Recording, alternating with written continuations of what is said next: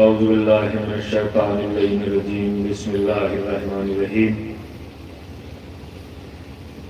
الحمدللہ الملک القدوس العزیز الحکیم نحمدہ ونصلی علی رسولہ الکریم صاحب الدین والاسلام والحل والحرام والرکن والمقام والصلاة والصیام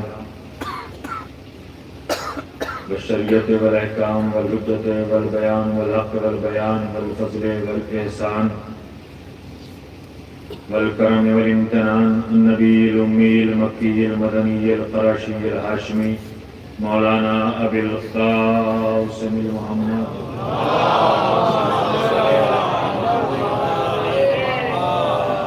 وآل بیتہ الطیبین الطاہرین المعصومین المظلومین ومن يومنا هذا إلى قيام يوم الدين أما بعد فقد قال الله تعالى في كتابه المحكم وخطابه المتقن وقوله الحسن بسم الله الرحمن الرحيم إنا أنزلناه في ليلة القدر وما أدراك ما ليلة القدر ليلة القدر خير من ألف شهر صلوات على محمد وعلى محمد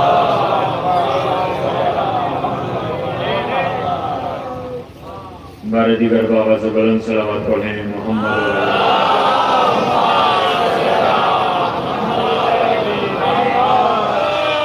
مجھ سے قبل جن ذاکرین نے اپنا خطاب فرمایا ہے اس میں میرا بھی کچھ حصہ تھا. اسی حصے کو مد نظر رکھتے ہوئے آپ اتنے بیدار رہیں. آپ کی خدمت میں کچھ گزارشات اور معروضات ان مشہور و معروف آیت کے ذریعے سے پیش کرنے کی مساعدت حاصل کروں گا. سورت بہت ہی مشہور و معروف ہے. چھوٹے چھوٹے بچوں کو یاد ہے. اکثر ماں بچہ اتنے گھٹنیوں سے آگے بڑھتا ہے ان صورتوں کو حفظ کرانا شروع کر دیتی ہے. اسی صورت کی آیت ہے. 30ویں پارے میں سورہ قدر میں ارشاد ہو رہا ہے اِنَّا أَنزَلْنَاهُ فِي لَيْلَةِ الْقَدْرِ ہم نے لیلۃ القدر میں نازل کیا ہے. قرآن مجید کی آیت ہے. خالق کائنات کا ارشاد ہے. ترجمہ علماء مجتہدین مفکرین کا کیا ہوا ہے کہ اِنَّا أَنزَلْنَاهُ فِي لَيْلَةِ الْقَدْرِ ہم نے قدر والی رات میں نازل کیا ہے. نازل کا مطلب یہ ہے کہ کوئی چیز بلندی سے اوپر سے نیچے کی طرف آئے. یہ چیز اوپر سے نیچے کی طرف آتی ہے اسے کہتے ہیں کہ ہم نے اسے نازل کیا. تو قرآن مجید نیچے سے اوپر نہیں بلکہ اوپر سے نیچے کی طرف نازل ہوا ہے. اس کے لیے یہ آیت ہے کہ ہم نے لیلۃ القدر میں نازل کیا ہے. یہ پہلی آیت ہے. لیلۃ القدر سوال کسی کے ذہن میں پیدا ہو یا نہ ہو مگر اس کے بعد خالق کائنات نے دوسری آیت میں لیلۃ القدر کو سمجھایا ہے. اِنَّا أَنزَلْنَاهُ فِي لَيْلَةِ الْقَدْرِ وَمَا أَدْرَاكَ مَا لَيْلَةُ الْقَدْرِ یہ لیلۃ القدر کیا ہے؟ لیل عربی میں رات کو کہتے ہیں. قدر کو بھی آپ سمجھتے ہیں کہ کتنی قدر ہوتی ہے, کس کا قد کتنا بڑا ہے, کس کا احترام کتنا ہوتا ہے, کتنے اس کے سواگت میں نعرے لگتے ہیں, کتنے لوگ چہچہاتے ہیں, کتنا لوگ سواگت کرواتے ہیں. آپ اسے بھی قدر و منزلت کو سمجھتے ہیں. لیکن اس کے بعد والی آیت کو بھی سمجھ لیجیے. قرآن مجید میں ارشاد ہوتا ہے تُعِزُّ مَن تَشَاءُ وَتُذِلُّ مَن تَشَاءُ عزت بھی اللہ کی طرف سے ہے اور ذلت بھی اللہ کی طرف سے ہے. اگر بندے باسوں پہ اٹھا کر بھی کسی کو عزت دینا چاہیں تو عزت نہیں مل سکتی ہے. صلوات پڑھتے ہیں محمد و آل محمد.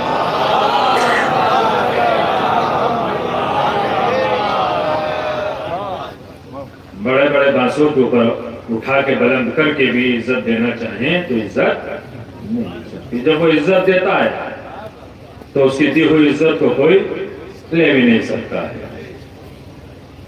تو لیلۃ القدر کیا ہے؟ لیل رات کو کہتے ہیں, لیل سیاہی کو بھی کہتے ہیں, لیکن یہاں رات کے معنی میں لیلۃ القدر قدر والی رات کیا ہے؟ یہ سوال ہے۔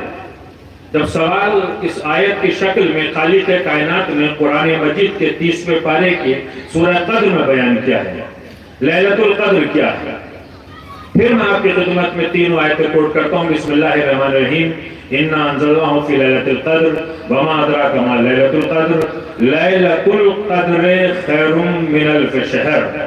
یہ جو لیلۃ القدر ہے یہ 1000 مہینوں سے افضل و برتر و بالا ہے۔ 1000 مہینوں سے، الف ہزار کو کہتے ہیں، شہر مہینے کو کہتے ہیں۔ علماء کرام بیٹھے ہوئے ہیں جو سعودی عرب کے ہیں، وہ بھی عدد کو جانتے ہیں، الف کتنے ہزار کو کہتے ہیں، شہر مہینوں کو کہتے ہیں۔ اور شہر کا لفظ رمضان کے ساتھ جو نسبت ہے اسے تو آپ بہتری سے جانتے ہیں کہ شہر کسے کہتے ہیں، مہینے کو کہتے ہیں۔ 1000 مہینوں کی برابر یہ رات ہے کہ جس میں اس نے نازل کیا ہے۔ 1000 مہینوں کے برابر یہ رات ہے جو نازل کیا ہے۔ ترجمہ آپ کے ذہن تک چلا گیا، آیتیں آپ کی سنی ہوئی تھی، نماز میں آپ نے ضرور پڑھی ہوں گی، واجب نہیں ہے، مستحب ہیں، پڑھیں گے بہت زیادہ ثواب ہے۔ ہم نے کب نازل کیا؟ لیلۃ القدر میں۔ پوچھا لیلۃ القدر کیا ہے؟ کہا لیلۃ القدر 1000 مہینوں سے بلند و بالا ہے یہ رات جس میں ہم نے نازل کیا ہے۔ بات مہینوں کی ہے، رات دن کی نہیں ہے۔ رات علیحدہ ہے، دن علیحدہ ہے۔ 1000 مہینے، اس میں دن بھی آتے ہیں، رات بھی آتی ہیں، ان سے بلند و بالا ہے یہ رات جس میں ہم نے اپنے کلام قرآن مجید کو نازل کیا ہے۔ وہ مہینے ابھی اس کا آغاز ہونے جا رہا ہے۔ شب قدر آئے گی، ہم نے شب قدر میں نازل کیا ہے، لیلۃ القدر میں نازل کیا ہے۔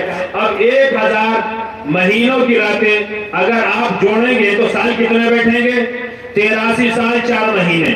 83 سال 4 مہینوں کے برابر ہے اس میں قرآن نازل ہو جائے تو قرآن اس رات میں نازل ہو جسے لیلۃ القدر کہتے ہیں، جب اس کی فضیلت یہ ہے کہ وہ 83 سال 4 مہینوں کے برابر ہے، تو جو علی کعبے کے اندر 13 رجب کو آ جائے اس کی شان کتنی بلند ہوگی؟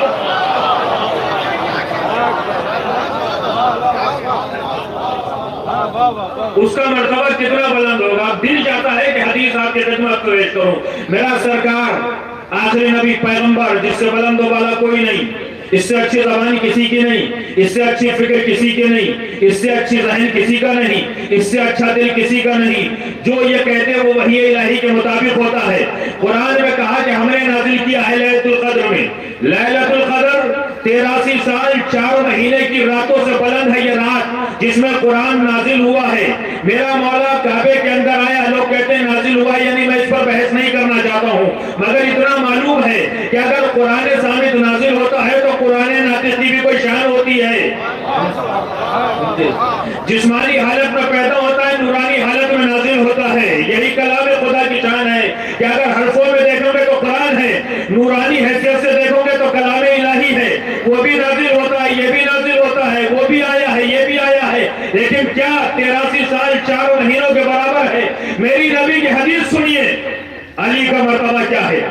جنگ خندق، مولا کائنات، ایک شب میں نازل ہوا قرآن۔ خالق نے کہا کہ 83 سال 4 مہینوں کے برابر ایک رات جب جنگ خندق میں علی ابن ابی طالب نے فتح حاصل کر لی تو نبی نے ارشاد فرمایا ضربت علی یوم الخندق ہے، افضل من عبادت ثغرین، علی کی ایک ضربت ثغرین کی عبادت کے اوپر بھاری ہے۔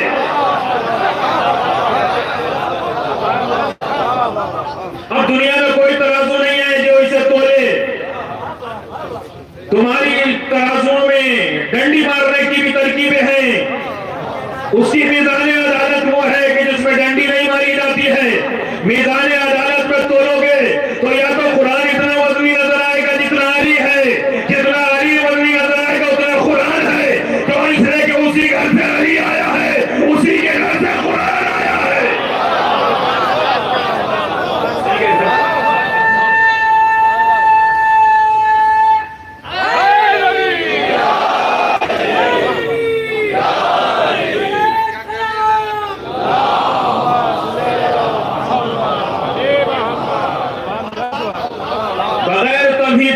سورہ بنی اسرائیل آیت نمبر 80، سورہ بنی اسرائیل آیت نمبر 80 بغیر تمہید کے پیش کر رہا ہوں. اگر تمہید کی ان آیات کی تفصیل یا تفصیل میں گیا تو وقت کم ہے، بس مختصر آپ کی خدمت میں سورہ بنی اسرائیل میں ارشاد ہوتا ہے پروردگار عالم کا. آیت نمبر 80 بسم اللہ الرحمن الرحیم. قل رب ادخلنی مدخل صدق واخرجنی مخرج صدق واجعل لی من لدنک سلطانا نصیرا. آیت آپ کی خدمت میں پیش کر دی. آپ کہتے ہیں کہاں سے کیسے کب آیا کس طریقے سے آیا؟ تعصب کی اینک لگا کے تجھے 13 رجب کو علی نظر نہیں آئے گا. اگر دیوار کعبہ نہیں جو پہ کعبہ کے اس منظر کو دیکھے گا کہ جب فاطمہ بنت اسد کعبے کی طرف بڑھ رہی تھی تو کعبہ جھوم جھوم کے علی کی ماں کا احترام کر رہا تھا، جسے اللہ کی دی ہوئی عزت کہتے ہیں. قل عربی کا لفظ ہے، القول اس کا مصدر ہے، قول کہنا، امر کا صیغہ ہے. قل کہہ دے. امر کہتے ہیں جو وجوب پر دلالت کرے، ایک صفت جو وجوب پر دلالت کرے اسے امر کہتے ہیں. دوسرا وہ ہے کہ امر جب ہوتا ہے تو بلند ابتر سے اعلیٰ چھوٹے کو، بڑا چھوٹے کو کرتا ہے. آواز بھی قرآن میں قل کہہ دے. اس لہجے میں خالق نے قل کو استعمال کیا ہے اور قرآن مجید کی 6666 آیتوں میں جہاں جہاں حرف لفظ قل آیا ہے، قاف لام قل آیا ہے، وہاں اس نے اپنے نبی کے علاوہ کسی سے خطاب نہیں کیا ہے، صرف اپنے نبی سے. جہاں جہاں قل اللہ احد کہہ دے، قل اعوذ برب الناس کہہ دے، قل یا ایھا الکافرون ان کافروں سے کہہ دے. جہاں جہاں بھی قل کا لفظ ہے وہ محمد عربی سید الانبیاء سراج المنیر بشیر و نذیر کو مخاطب کر کے خالق کائنات میں کہا ہے. آواز دی قل رب ادخلنی کہہ دے. کیا کہہ دے؟ رب ادخلنی مجھے داخل کر، رب ادخلنی مدخل صدق سچائی کے ساتھ داخل کر. قل رب ادخلنی مدخل صدق واخرجنی مخرج صدق داخل کر سچائی کے ساتھ اور نکال بھی مجھے سچائی کے ساتھ. یعنی جہاں جاؤں تو صداقت پر مبنی، جہاں سے آؤں تو صداقت پر مبنی، جہاں جاؤں تو میں صداقت کے سانچے میں ڈھلا ہوا، جہاں سے آؤں تو میں صداقت کے سانچے میں ڈھلا ہوا، جہاں داخل ہوں تو صداقت پر مبنی، جہاں سے آؤں صداقت پر مبنی. قل رب ادخلنی مدخل صدق واخرجنی مخرج صدق واجعل لی من لدنک اور میرے لیے قرار دے من لدنک اپنی بارگاہ سے، اپنی بارگاہ سے. قل کے اوپر زیادہ توجہ میں نے آپ کی نہیں کرائی لیکن پھر سن لیجئے. قل اللہ نے کہا اپنے نبی سے، اپنے محمد سے، کسی مولوی سے، عالم سے، علامہ سے، نبی سے، پیغمبر سے، مفتی سے، شاعر سے، مبلغ سے خطاب نہیں کہا ہے. صرف کتاب کا مرکز ہے محمد عربی. قل اے میرے محمد رب ادخلنی مدخل صدق کہہ دو کہ مجھے داخل کر سچائی کے ساتھ، مجھے نکال سچائی کے ساتھ، داخل کر سچائی کے ساتھ، نکالو مجھے سچائی کے ساتھ اور اپنی بارگاہ سے دے دے. وجعل قرار دے من لدنک اپنے گھر سے. کیا قرار دے؟ سلطان النصیرہ مجھے سلطان دے دے، بادشاہ دے دے. سلطان کو تو آپ سمجھتے ہیں، سلطان جو تخت پر بیٹھ جائے اسے سلطان کہتے ہیں، چاہے تخت اس کا خود کا ہو یا کسی دوسرے کا ہو. جو بھی تخت پر بیٹھ جائے اسے سلطان مان لیتے ہیں. عدل کی ترازو میں تول کر سلطان نہیں مانتے ہیں. جب اللہ کسی کو سلطان بناتا ہے تو میزان عدالت میں تول کے بناتا ہے. جب تم کسی کو سلطان مانتے ہو تو چاہے سلطان ہے یا نہ ہے، چاہے اس کا تخت غصب کیا ہوا ہے مگر اسے سلطان مان لیتے ہو. نبی سے کہا کہ وجعل لی من لدنک سلطانا نصیرا. اے میرے پیغمبر مانگ رہے، کیا مانگ؟ سلطان نصیر. اب جا کر نصیر کو دیکھو. نصیر کون؟ مددگار. ایسا بادشاہ دے دے کہ جو مددگار ہو.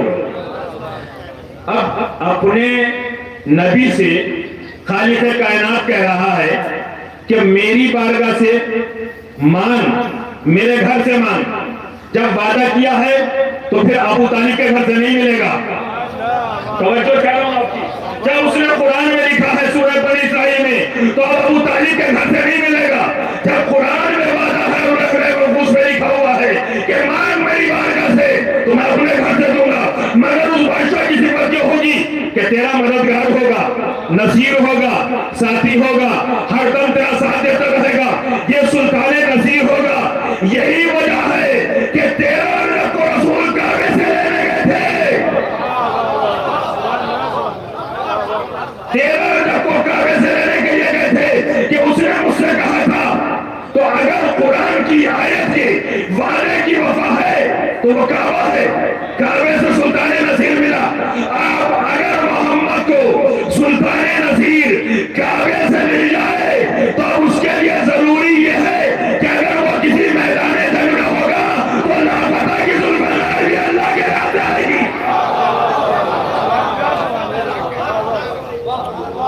اللہ کے کارخانے سے آئے گی، کیوں؟ اس لیے کہ سپاہی وہاں کا ہے، تو اس کا ہتھیار، اس کی ذوالفقار بھی وہاں بھی ہوگی۔ قل رب ادخل لي مدخل صدق واخرجني مخرج صدق واجعل لي من لدنك سلطانا نصيرا۔ اپنی بارگاہ سے دیتے، لوگ کہتے ہیں کہ سمجھ میں نہیں آتا، کتنا بڑھا دیتے ہیں، ابتدا تو معلوم نہیں، تمہیں امتحان ہے، تعجب کرنے کا کس نے حق دے دیا؟ پھر قرآن مجید کی چند آیتیں آپ کی خدمت میں پیش کروں گا۔ بسم اللہ الرحمن الرحیم۔ ایک نبی، ایک پیغمبر، ایک رسول اس کی بارگاہ میں آواز دیتا ہے۔ آیت کو آیت سے مربوط کر رہا ہوں۔ قال رب اشرح لي صدري ويسر لي امري واحلل عقدة من لساني يفقهوا قولي واجعل لي وزيرا من اهلي وهارون اخي۔ یہ کس کی دعا ہے؟ جناب موسیٰ کی۔ وہ کس کی بات تھی؟ سردار انبیاء کی۔ محمد خود نہیں بنتا، میں کیا کر رہا ہوں؟ کلام بلاغت کی شان دیکھیے، جو محمد اپنے لیے نذیر نہ مانگے، وہ محمد کیا اپنے لیے کائنات میں کوئی منصب مانگے گا؟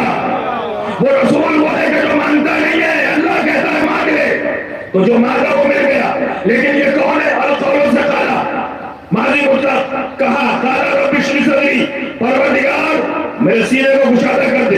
جناب موسیٰ کی دعا، قال رب اشرح لي صدري ويسر لي امري، میرے امر کو آسان کر دے۔ قال رب اشرح لي صدري ويسر لي امري واحلل عقدة من لساني، میری زبانوں کی گروں کو کھول دے، میری زبان کی گروں کو کھول دے۔ قال رب اشرح لي صدري ويسر لي امري واحلل عقدة من لساني يفقهوا قولي، تاکہ لوگ میری بات کو سمجھنے لگیں، میری بات سمجھ میں آ جائے، میری بات سمجھ میں آ جائے۔ کون؟ صاحب شریعت، صاحب معجزہ، اسے سے معجزہ دکھانے والا، کوڑے طور پہ کلام کر کے کلیم اللہ کہلانے والا، صاحب معجزہ ہے، مگر کہہ یہ رہا ہے کہ میری زبان کی گروں کو کھول دے۔ اب بھی عظمت محمد مصطفیٰ اگر ملت مسلمہ کی سمجھ میں نہیں آئے تو اس کی سمجھ میں دین نہیں آ سکتا۔ اتنا بڑا پیغمبر کہتا ہے کہ زبان کی گروں کو کھول دے، یہی تو شان ہے۔ اتنا بڑا نبی کہتا ہے میری زبان کی گروں کو کھول دے، یہ آمینہ کا بیٹا ہے کہ جب تک کلام نہیں کرتا تب تک اللہ کی طرف سے وحی نہیں آتی، جب تک اس پر وحی نہ آ جائے تب تک یہ کلام نہیں کرتا ہے۔ قال رب اشرح لي صدري ويسر لي امري واحلل عقدة من لساني يفقهوا قولي واجعل لي وزيرا من اهلي، اور میرے لیے وجل قرار دے، وزیرم وزیر، من اہلی میرے اہل سے۔ دونوں آیتیں میں نے آپ کی خدمت میں پیش کر دی۔ اس نے ہزاروں سال پہلے مانگا تو وزیر مانگا، اس نے ہزاروں سال پہلے مانگا تو وزیر مانگا، اس نے مانگا تو بادشاہ مانگا۔ مانگنے کا بھی فرق ہے۔ اس نے نام بتایا ہارون اخی، کون؟ میرا بھائی ہارون۔ تو جب صاحب کتاب صاحب موسیٰ نے مانگا تو اپنے بھائی کو مانگا، مگر یہ محمد ہے کہ وہ گھر سے نہیں مانگتا، کہتا ہے اپنے گھر سے دے دے، گھر سے نہیں مانگتا ہے، اپنے گھر سے دے دے، اور خالق نے اپنے گھر سے دیا۔ تو یہ شان ہے اس کے رسول سید الانبیاء کی، اور یہ شان ہے جناب موسیٰ کی کہ موسیٰ کلام کرے تب تو لوگ ان بات کو نہ سمجھیں، تو دعا کریں کہ لوگ میری بات کو سمجھیں۔ یہ آخری پیغمبر ہے کہ جب تک یہ بولے نہیں، اس پر وحی نہ آ جائے، تو جب وحی آتی ہے تو کلام کرتا ہے، اس کے علاوہ گفتگو نہیں کرتا ہے۔ تو وحی الہی کے مطابق جو چاہے اسے سید الانبیاء کہتے ہیں۔ جو اپنی باتوں کو سمجھانے کے لیے دعا مانگے اسے کلیم اللہ کہتے ہیں۔ بہت فرق ہے اس میں اور اس میں۔ تو جب بڑے بڑے نبیوں کی سمجھ میں محمد مصطفیٰ نہیں آ سکتا تو اس پر لحاظ اللہ کے ذہن میں علی اور نبی کیسے آ جائیں گے؟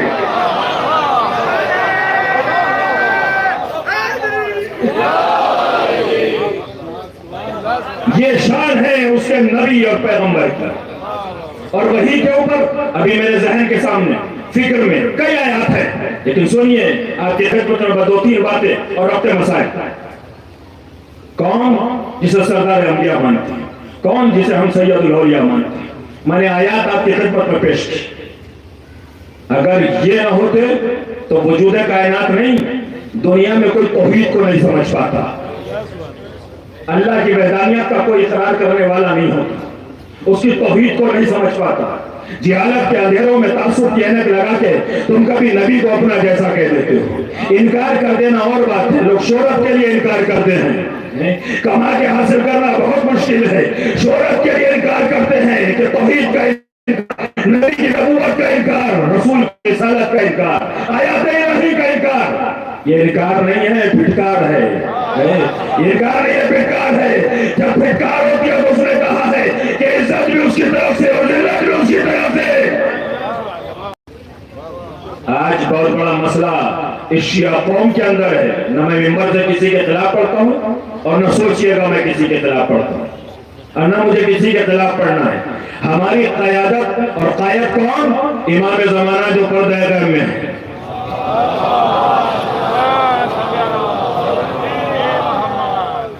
یہ قرآن سے عقیدہ ہے، وہی ہمارے قائد ہیں، وہی ہمارے سرپرست ہیں، وہی امام زمانہ ہیں، انہی کے لیے ہم آواز بلند کرتے ہیں۔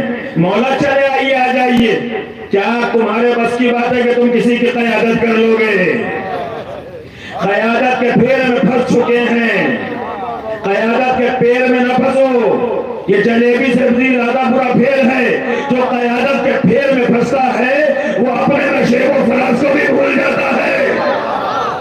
قیادت کو چھوڑ کے دامن عبادت کو تھام لو گے تو تمہارے ہاتھ میں دامن علم بھی نظر آئے گا، دامن قرآن بھی نظر آئے گا، اور اگر قیادت کے چکر میں پڑو گے تو تمہیں یہ نہیں معلوم تمہارا ایران میں بیٹھا ہوا ہے، ایران میں بیٹھا ہوا ہے۔ نائب امام وہ ہیں جن کی زبان ذرہ برابر بھی ادھر سے ادھر نہیں چلتی، جو ایک لفظ بھی ادھر سے ادھر نہیں کہتے۔ ہم مولویت کے کر و فر میں کسی کو کچھ بھی کہتے ہوئے چلے جائیں، یہ ہماری مجبوریاں ہیں، لیکن ہمارا قائد وہی ہے، ہمارا سلطان وہی ہے جو کعبے سے ملا ہے۔ جب وہ کعبے میں آیا تو کعبے کی دیوار میں دردے کے بتایا کہ سلطان کائنات آ رہا ہے۔ کعبے کے اندر جو بت رکھے ہوئے تھے انہوں نے منہدم ہو کے بتایا، سرنگو ہو کے بتایا کہ بشیرن آ رہا ہے۔ فاطمہ بنت اسد بچے کو لے کر 3 دن کعبے میں رہی، بلا فصل کھانے آتے رہے، پھل آتے رہے۔ کیوں؟ اس لیے کہ بلا فصل کی ماں تھی، سب کچھ آ رہا تھا، خدمت کر کے بتایا کہ یہ اس کی ماں ہے جو امام کائنات ہے۔ اور کعبہ جھوم جھوم کر 13 ریت کو علی بن ابی طالب کی شان بیان کر رہا تھا۔ آج وہ آ رہا ہے جو کعبے کو طیب و طاہر کر دے گا، اس لیے کہ جس قریب سے نجاست نہیں گزر سکتی ہے، تم قیادت کے چکر میں خود بھی نجس ہو جاتے ہو اور قوم کو بھی نجس کر دیتے ہو۔ یہ قوم امام زمانہ کی قوم ہے۔ دنیا میں اگر اس قوم کو فخر حاصل ہے، اس قوم کو فخر حاصل ہے، سینہ ٹھوک کے کہہ سکتی ہے، تو یہی قوم ہے جو یہ کہہ سکتی ہے کہ ہمارے یہاں کوئی آتنکوادی نہیں پیدا ہوتا ہے۔ یہ دین ہے کربلا معلی امام حسین سید الشہداء کی، کہ جس نے آج سے 1300 سال پہلے دنیا کے سب سے بڑے فاسق و فاجر کے سامنے سے نقاب اٹھا کے بتایا تھا کہ توحید کے حق میں آتنکوادی یہ ہے، رسالت کے حق میں آتنکوادی یہ ہے، امامت کے حق میں آتنکوادی یہ ہے، قرآن کے حق میں آتنکوادی یہ ہے۔ اس امام نے بتایا تھا، اگر اس امام کو چاہتی ہے تو اب اس میں کوئی بھی شرپسند نہیں پیدا ہو سکتا۔ یہی وجہ ہے فرش اعظم پہ بیٹھنے کے بعد کوئی خیال بھی نہیں آتا ہے، اس کے علاوہ کوئی خیال بھی نہیں آتا ہے۔ تو ہر شے جھوم کے ان کا قصیدہ پڑھ رہی تھی۔ دنیا کہتی ہے کہ بے زباں ان کا کلام، ان کا قصیدہ کیسے پڑھیں گے؟ اس کے لیے بہت سی آیات ہیں۔ سورہ رحمان میں ایک آیت میں ارشاد ہوتا ہے، اشجار شمس و قمر اللہ کو سجدہ کرتی ہے۔ دیکھا ہے آپ نے کبھی سورج کو سجدہ کرتے دیکھا؟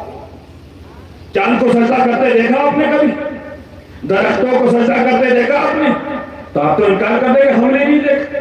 تو نگاہ بشر اتنی بلند ہی نہیں کہ وہ یہ دیکھ لے کہ اللہ کو کون کون سجدہ کرتا ہے۔ پہلے تو اپنے سجدے کو دیکھ، تب کائنات کے سجدوں کو دیکھ۔ ہر بے زبان بھی ان کا تذکرہ کرتا ہے۔ یہی وجہ تھی کہ سورہ انفال میں ارشاد ہوتا ہے بسم اللہ الرحمن الرحیم وما رمیت اذ رمیت ولکن اللہ رمی. اے محمد یہ کنکریاں تم نے نہیں پھینکی ہے، ہم نے پھینکی. یہ ہے دست مبارک حضرت محمد مصطفیٰ کہ اگر کنکریاں پھینک دے تو اللہ کہتا ہے کہ تم نے نہیں پھینکی، ہم نے پھینکی ہے. تم نے نہیں پھینکی، ہم نے پھینکی ہے. اور اسی کے ہاتھ پہ یہ کنکریاں آ جائیں تو کلمہ پڑھتی ہے. کسی نے پوچھا کہ ان کے زبان نہیں کیسے، تو ان کے دست مبارک میں قدرت ہے کہ جس بے زبان کو چاہے کلام کرنے کی طاقت دے دے اور وہ بولنے لگے.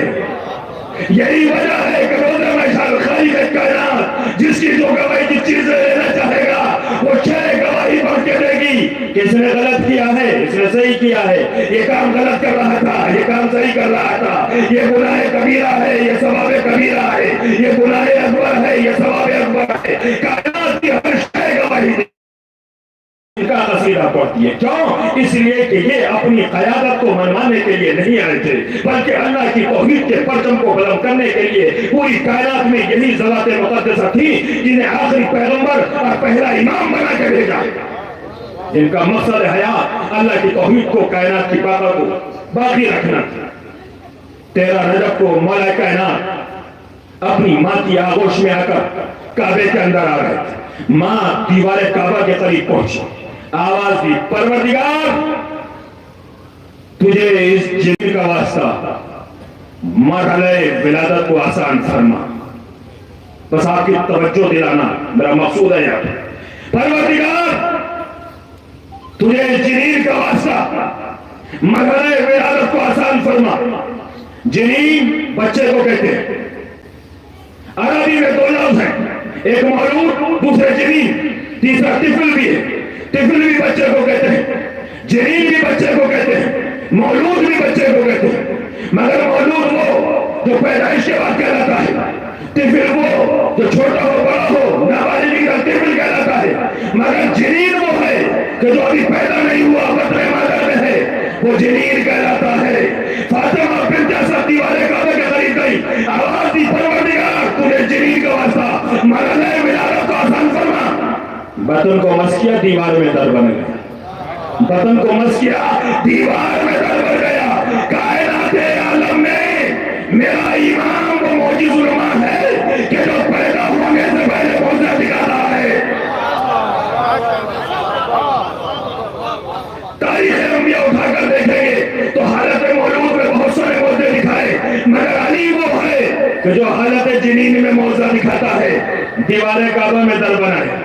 کون؟ حالت جنین میں پیدا ہو گئے. آسمانی کتابوں کو سنایا، آسمانی کتابوں کو سنایا. اس کے گھر میں علی آیا، محمد عربی کے پاس قرآن مجید آیا. بات طے ہو گئی جو میں نے آپ کی خدمت میں رکھی تھی. ہم نے قرآن کو نازل کیا ہے، اس کے گھر میں اس کا قرآن ناطق آیا ہے. لیکن جب یہ آ رہا تھا کائنات اس سے قصیدے پڑھ رہی تھی. ہر بے زبان اس کی تعریف کرنے کے لیے تیار تھا.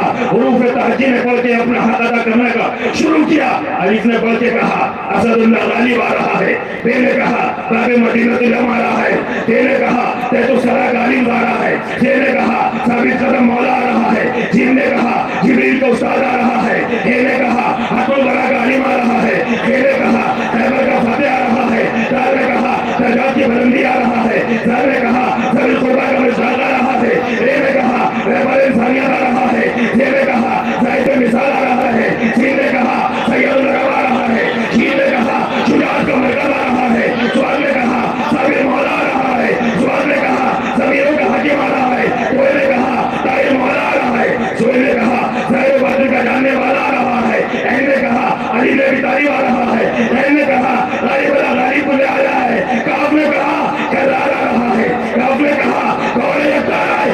لام نے کہا لا فتح الا علی لا سیف الا ذوالفقار آ رہا ہے.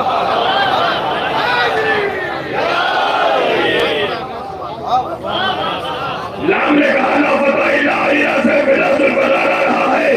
نون نے کہا نادے علی مظہر الجائب آ رہا ہے. میم نے کہا من کو تو مولا فاضا علی مولا آ رہا ہے. اے نے کہا ہدی برکت آ رہا ہے. واؤ نے کہا وادی اسلام کا جاننے والا آ رہا ہے، یہ لکھا جعفر علیہ السلام آ رہا ہے، کافروں نے کہا کائنات کا امام آ رہا ہے، نصیریوں نے کہا میرا خدا آ رہا ہے، خدا نے کہا میرا علی ولی آ رہا ہے۔ صلوات پڑھے محمد و آل محمد۔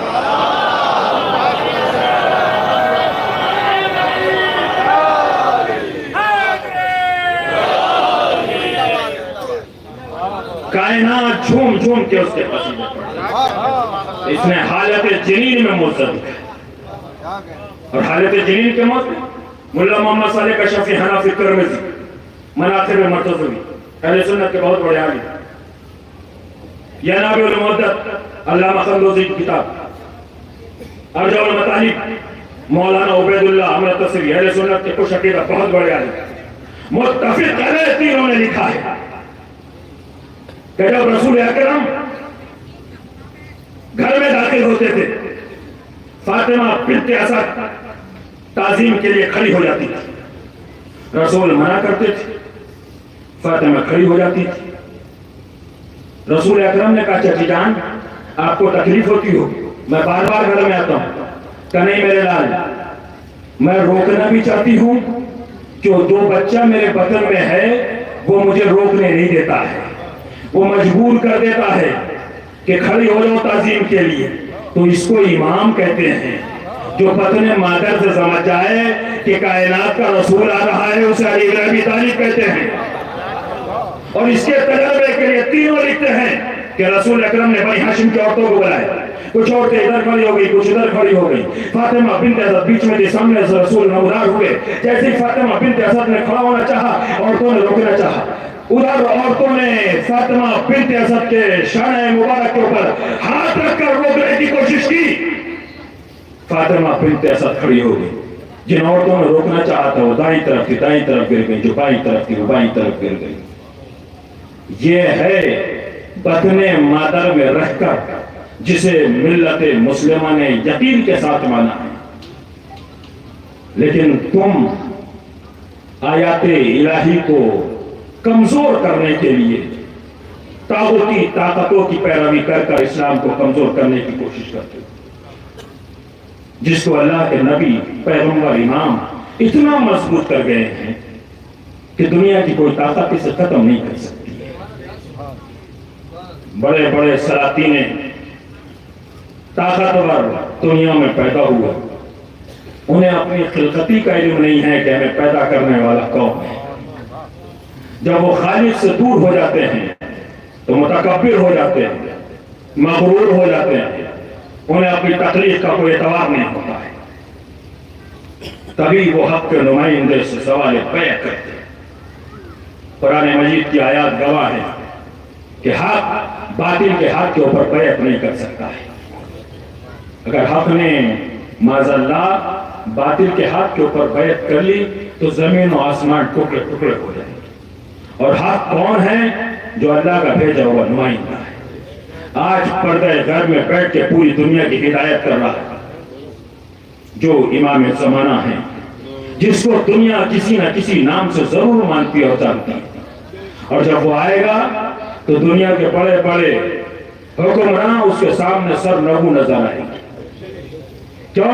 اس لیے اسے تو بندوق بم کی طاقت کے اوپر قبضہ کرنے کی ضرورت نہیں ہے، اس کے حکمرانی دلوں کے اوپر ہے۔ جدھر چاہے گا ادھر موڑ دے گا، جب چاہے گا ادھر موڑ دے گا، لیکن کب؟ جب امر الہی ہوگا، حکم الہی ہوگا، حکم ربی ہوگا، اس امام کے لیے حکم ربی ہوگا۔ اور وہ وقت انشاءاللہ جب امام آئے گا تو سب عیاں ہو جائے گا، کسی کو اپنے کردار اور کریکٹر کی دلیل دینے کی کوئی ضرورت نہیں ہوگی۔ کیوں؟ اس لیے کہ اس کے وارث نے حج کے موقع پہ بتایا تھا کہ دیکھ لو جسے دیکھنا ہے، اسے ضرورت نہیں ہے، ان کی تو ذوالفقاریں دیکھتی ہیں، ساتھ میں کچھ میں کوئی پیدا ہونے والا اگر مومن ہے تو تلوار رک جاتی تھی، انہیں ضرورت نہیں ہے کسی بات۔ یہ ہم ہیں کہ جہالت کے اندھیروں میں وہ سوچتے ہیں اور سمجھتے ہیں، تو حق باطل کے حق کے اوپر بیعت نہیں کر سکتا ہے۔ امام حسین 28 رجب کو سوال بیعت کا انکار نہیں کر رہے تھے، بلکہ پوری کائنات کو بچا رہے تھے۔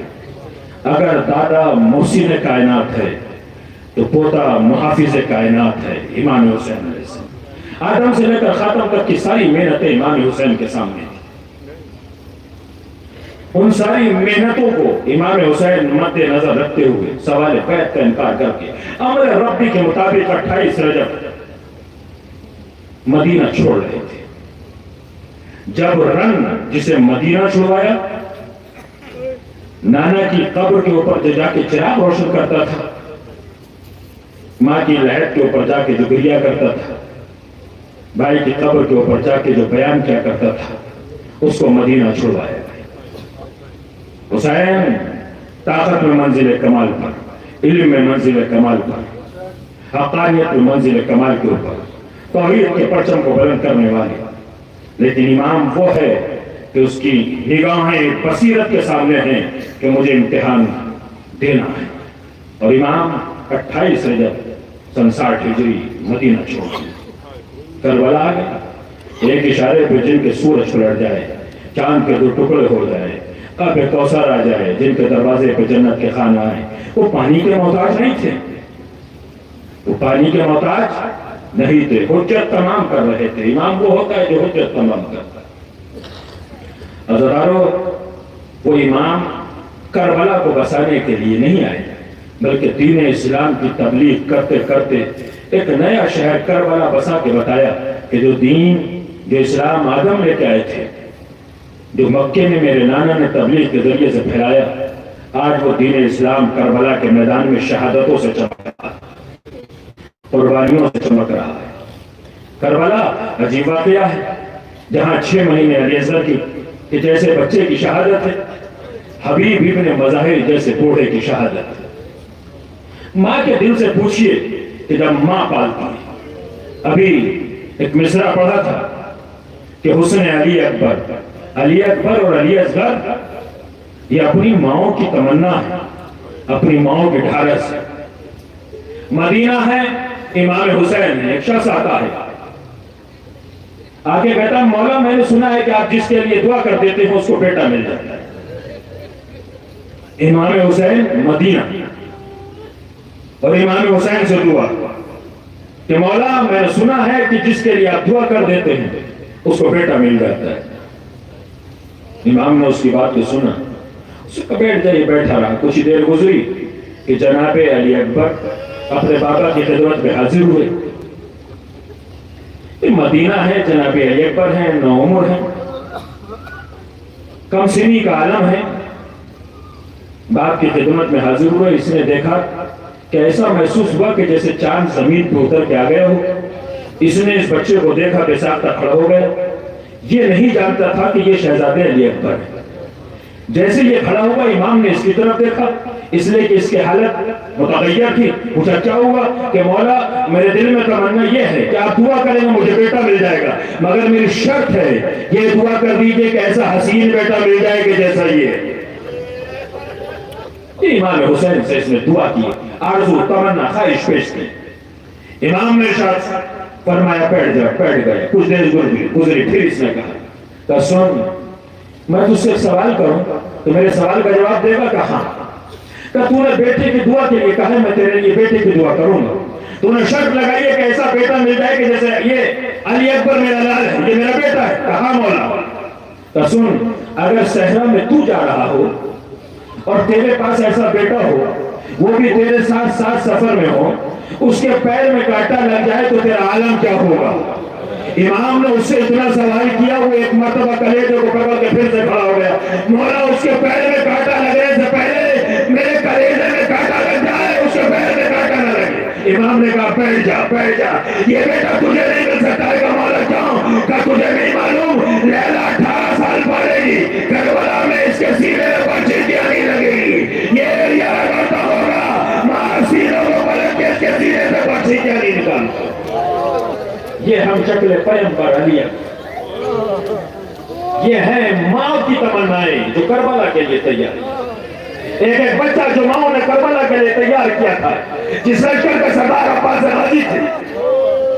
لیکن کچھ بچے ایسے بھی تو تھے کہ جنہوں نے فنون جنگ نہیں سیکھا تھا، جو صرف اپنی ماں کی آغوش اور جھولے میں تھے۔ وہ کم سن بچہ علی اصغر، بس اداروں میں نہیں سما ہو۔ علی اصغر تاج شہادت پر آخری ہیرا، کربلا کا میدان رونے کی سبا بلند ہوئی ویڈیو تھی، حسین خیمے کی طرف چلے، آواز دی اما فضا، یہ آواز کیسی بلند ہے؟ کہا تھا جب سے تو نے آواز سے سلام بلند کی ہے تیرے بشیر بچے نے اپنے آپ کو جھولے سے گرا دیا۔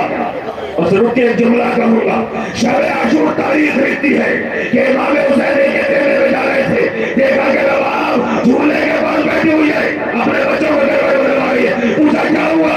اتنی کمزوری ہے اصل کروٹ نہیں بدل سکتا ہے، جو شب عاشور کروٹ نہیں بدل سکتا تھا وہ روز عاشور امام نے بات کیا آواز پہ لبیک کہہ رہا ہے، لا علی اصغر کو مجھے دے دو۔ حسین نے علی اصغر کو لیا، میدان کربلا کی طرف چلے، ماں در خیمہ کے باہر آ گئی، جناب رباب در خیمہ کے باہر آ گئی۔ رباب اس بی بی کا نام ہے جو تیر اندازی سے واقف تھی۔ حسین میدان میں آئے، المقتدر حسین نے حجت کو تمام کیا، جلدی زمین پر علی اصغر کو لٹایا، آواز دی حجت و خدا کے پوتے کو حجت تمام کر دو۔ علی اصغر نے سوکھی زبان کچھ چھوٹوں کو پھیری، ساری منہ پھیر کے رونے لگے، آواز بلند حسین کے کلام کو خطا کر دے۔ حسین نے بچوں کا آغوش میں اٹھا لیا، ادھر رباب در خیمہ پہ تھی اور مولا آگے بڑھا، چلے کمال میں تیر جوڑا، گلو علی اصغر کا نشانہ کیا، تیر چلانا چاہا، ہاتھ کا پہ تیر گر گیا، پھر تیر چلانا چاہا، ہاتھ کا پہ تیر گر گیا، پھر تیر چلانا چاہا، ہاتھ کا پہ تیر گر گیا۔ ایک مرتبہ مرزان آگے کہتا ہے تجھے کیا ہو گیا ہے؟ کہ تجھے نہیں معلوم تیر چلانا چاہتا ہوں، کبھی رسول اللہ ہمارے کو اٹھائے، فاطمہ زہرا ادھر بنیے ہوئے، صدر مصطفیٰ بالوں کو کوئی وہ کہتے میرے بچے نے تیرا کیا بگاڑا ہے؟ کہا مجھ سے کوئی معلوم کرتا سب سے بڑا تیر انداز کون ہے تو میں تیرا نام لیتا۔ اللہ اکبر، چلے کمال میں تیر جوڑا، گلو علی اصغر کا نشانہ کیا، علی اصغر آقا حسین کے ہاتھوں پر، رباب در خیمہ پر ہے، عزاداروں بس مجلس زمان پر آخر جملہ، علی اصغر کہاں؟ حسین کے ہاتھوں پر، رباب در خیمہ پر، اور مولا میدان کے اندر اب تیر چلانا چاہتا ہے، جیسے اس نے تیر کا نشانہ لگایا، ادھر رباب نے دیکھا تیر خطا کر گیا ہے، آواز دی علی اصغر، تیر کئی والیوں وارث کو نہ لگ جائے۔ حسین کے ہاتھوں پر بچاؤں گا، تیر کو اپنے گلے بھریا، حسین کے بازو میں پیوست ہو گیا، ادھر بازو میں پیوست ہوا، بڑا مشکل کا وقت ہے، حسین نے تیر کو نکالا تو سالوں ہو کے بیٹھ گئے، چلوں نے کھول لیا، ایک شخص سامنے سے آیا آگے کہتا ہے اے مسافر تیرا یہ حال کیسا ہے؟ کہ تو بتا تو کیسے آیا ہے؟ تو نے مجھے سلام کیوں کیا؟ صبح سے ابھی تک مجھے سلام کسی نے نہیں کیا، صبح سے شام ہو گئی کسی نے سلام نہیں کیا ہے، تو کون ہے؟ کہ مجھے حسین کا پتہ بتا دے، کہ تیرا حسین سے کیا کام ہے؟ کہ مدینے سے آئے ہوں، اس کی بیٹی نے خط دیا ہے، آقا حسین نے کہا میری بیٹی کا خط دے دے، خط کو چارج کیا، علی اصغر کے لاچے ہو کر لگا، دیکھا ہوا تو وصیتوں کے بعد بابا جب آپ چلے تھے اصغر کو دلیوں چلنا نہیں جانتا تھا، بابا اصغر کو دلیوں چلانا، گود میں اٹھا کے پیار کرنا، سغرا کے لیے سلام بھیج دینا، سغرا تیرا بھیا گدلیوں چلنے لگا، حسین نے رونا شروع کیا، میرا علی اصغر تیری بہن سغرا کا خط آیا ہے، سغرا کے خط کا جواب دے دے، انا للہ